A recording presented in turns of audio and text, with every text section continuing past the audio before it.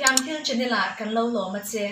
he channel hi ni tina kan khosak na na thil changkai electronics thil mizo chung nge ya zirna le soifia na ani a ilo thirin ilo subscribe ve nge don ya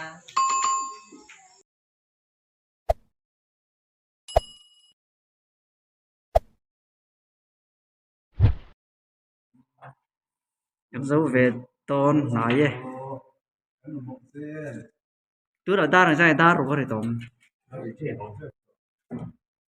nga lẽ chân về nga lẽ đi nga thì to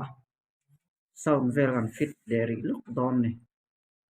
khi làm bằng nóc tầm nó tục khơi cho cắn dầu ta nhỉ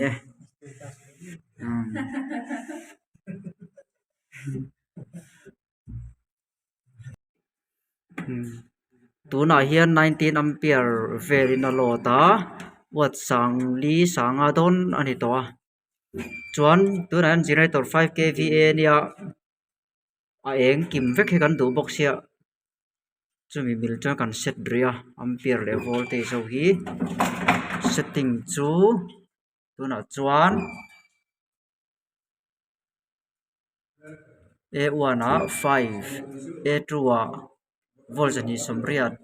a3 a volts ni som seri panga a4 a volts som thum o second som thum a5 a second khat a6 a volts a som li a7 a za som li panga a8 ta second som a9 a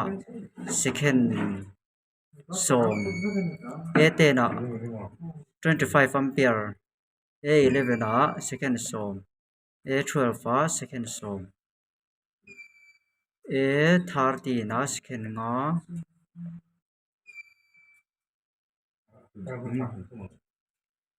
khakha tu na setting cho ni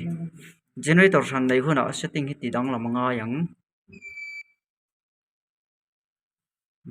change over nia